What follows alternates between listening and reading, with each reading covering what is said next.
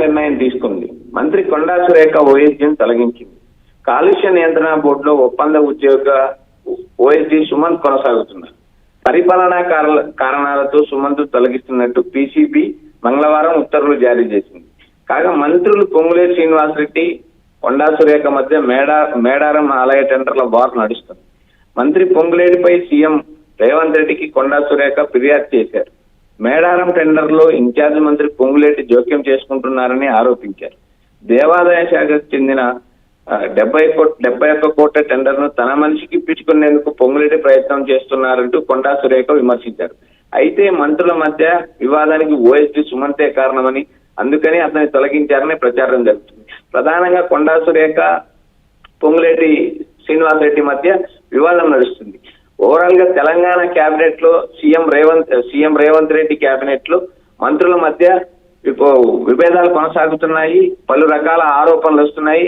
అయితే సీఎం రేవంత్ రెడ్డికి ఫిర్యాదు చేశారు. అయితే మేడారం అభివృద్ధి పనుల బాధ్యతలపై ఇటీవల ప్రతిపక్ష పార్టీ తెరాస నేతలు చర్చలు విమర్శలు చెలరేగిన నేపథ్యంలో మంత్రి కొండా సురేఖ కీలక వ్యాఖ్యలు చేశారు. మంత్రుల మధ్య ఎలాంటి విభేదాలు లేవు, నాకు శ్రీనివాసరెడ్డికి మధ్య ఎలాంటి విభేదాలు లేవు అంటూ ఆమె క్లారిటీ ఇచ్చారు. అయితే ముఖ్యమంత్రి రేవంత్ రెడ్డి మేడారం పనుల బాధ్యత నాకు మాత్రమే కాకుండా మంత్రి పొంగులేటి శ్రీనివాసరెడ్డికి కూడా అప్పగించారు. అందరం కలిసి ఈ పనులు త్వరగా పూర్తి చేయాలన్నదే మా లక్ష్యం. కానీ కొందరు వ్యక్తులు ఉద్దేశపూర్వకంగా విభేదాలు సృష్టించి పార్టీ లోపల గందరగోళం కలిగించాలని చూస్తున్నారని ఆమె వ్యాఖ్యానించారు. కొండా సురేఖ మాట్లాడుతూ మేడారం జాతర పనుల టెండర్లను పూర్తిగా పారదర్శకంగా నిర్వహించబడ్డాయని స్పష్టం చేశారు. ప్రజల నమ్మకాన్ని నిలబెట్టుకోవడమే మా ప్రభుత్వ లక్ష్యం. మేడారం జాతర తెలంగాణ సాంస్కృతిక గౌరవానికి ప్రతీక. అందుకే పనుల నాణ్యతపై నేను నిరంతరం పర్యవేక్షణ చేస్తున్నాను. ఈ ప్రయత్నాన్ని కొందరు తప్పుగా అర్థం చేసుకుని రాజకీయ కోణంలో చూపిస్తున్నారని ఆమె పేర్కొన్నారు. తాము మేడారం అభివృద్ధికి వేగవంతం చేయడానికి కృషి చేస్తున్నప్పుడు దాన్ని వివాదంగా చూపడం బాధాకరమని ఆమె అభిప్రాయపడ్డారు.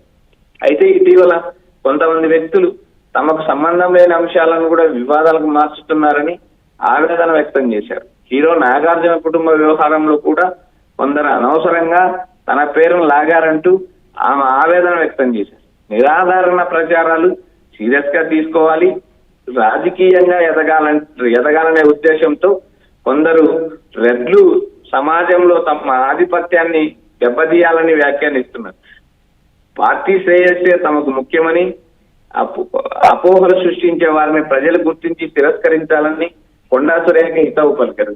తెలంగాణ ఓవరాల్ గా చూసినప్పుడు తెలంగాణ కేబినెట్ లో మంత్రుల మధ్య లుక్కలుకలు ఉన్నాయి, ఎమ్మెల్యేల మధ్య లుక్కలుకలు ఉన్నాయి. అయితే ఇటీవల రాజగోపాల్ రెడ్డి చేసిన వ్యవహారం కూడా హాట్ టాపిక్ అయింది.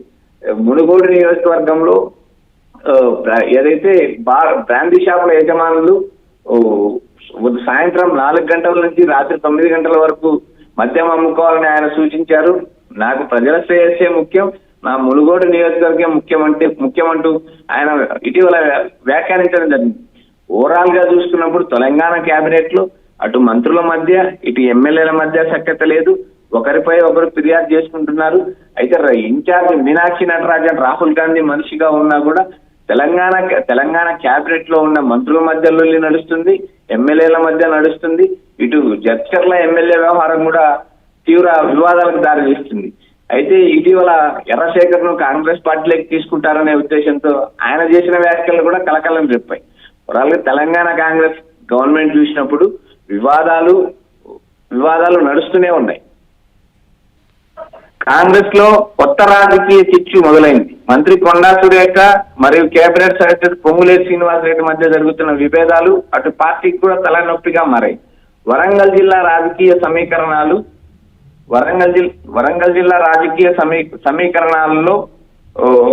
ఇప్పుడు ఎండోమెంట్ టెండర్ల వ్యవహార వివాదం పార్టీకి కొత్త సవాల్గా నిలిచింది.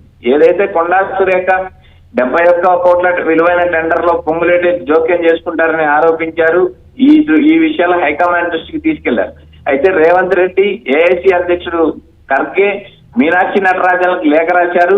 త్వరలో ఆమె ఢిల్లీకి వెళ్లి పొంగులేటి శ్రీనివాసరెడ్డిపై ఫిర్యాదు చేయనున్నట్టు సమాచారం. పొంగులేటి వర్గం మాత్రం జిల్లా ఇన్ఛార్జ్ మంత్రిగా తాము చట్టబద్ధంగా వ్యవహరించామని అంటోంది. సురేఖ వర్గం మాత్రం ఆమె సీనియారిటీని పక్కన పెట్టి అన్యాయం జరిగిందని ఆగ్రహం వ్యక్తం చేస్తుంది. దీంతో కాంగ్రెస్ ప్రభుత్వంలో సమన్వయ లోపం ఉందని, విభేదాలున్నాయని మరోసారి రచ్చకెక్కాయి. ఈ వివాదం సీఎం రేవంత్ రెడ్డి నాయకత్వానికి పెద్ద పరీక్షగా మారనుంది.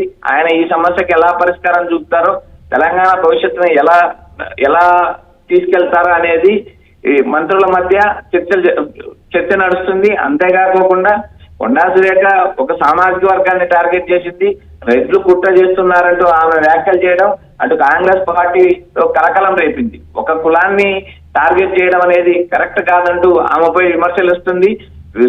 ఆద్యంతం మంత్రి అయిన తర్వాత కొండా సురేఖ అటు నాగార్జున వ్యవహారం కావచ్చు, ఇటు పార్టీలో ఇతర నాయకులతో విభేదాలు కావచ్చు, జిల్లాలో ఉన్న ఎమ్మెల్యేలతో సఖ్యత లేదు, ఆయా ఎమ్మెల్యేల నియోజకవర్గాల్లో జోక్యం చేసుకోవడం, ఇటు నాయన్ రాజేందర్ రెడ్డి వర్సెస్ కొండా సురేఖ వివాదం నడుస్తూనే ఉంది.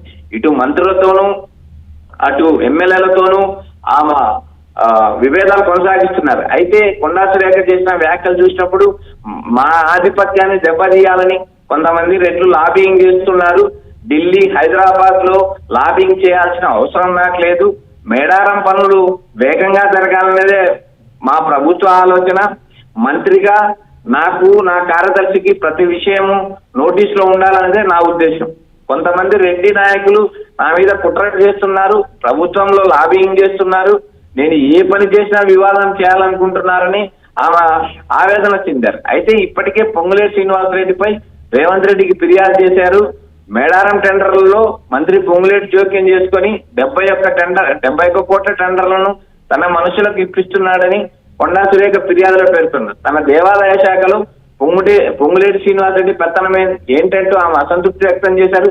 ఓవరాల్ గా చూసినప్పుడు కొండా సురేఖ పిఏని ఓఎస్టీని తొలగించడం రాష్ట్ర రాజకీయాల్లో సంచలనమైంది. సీఎం రేవంత్ రెడ్డి కఠిన నిర్ణయం తీసుకున్నారు. పొల్యూషన్ కంట్రోల్ బోర్డు టెర్మినేట్ చేసినట్టు ప్రకటించడం జరిగింది.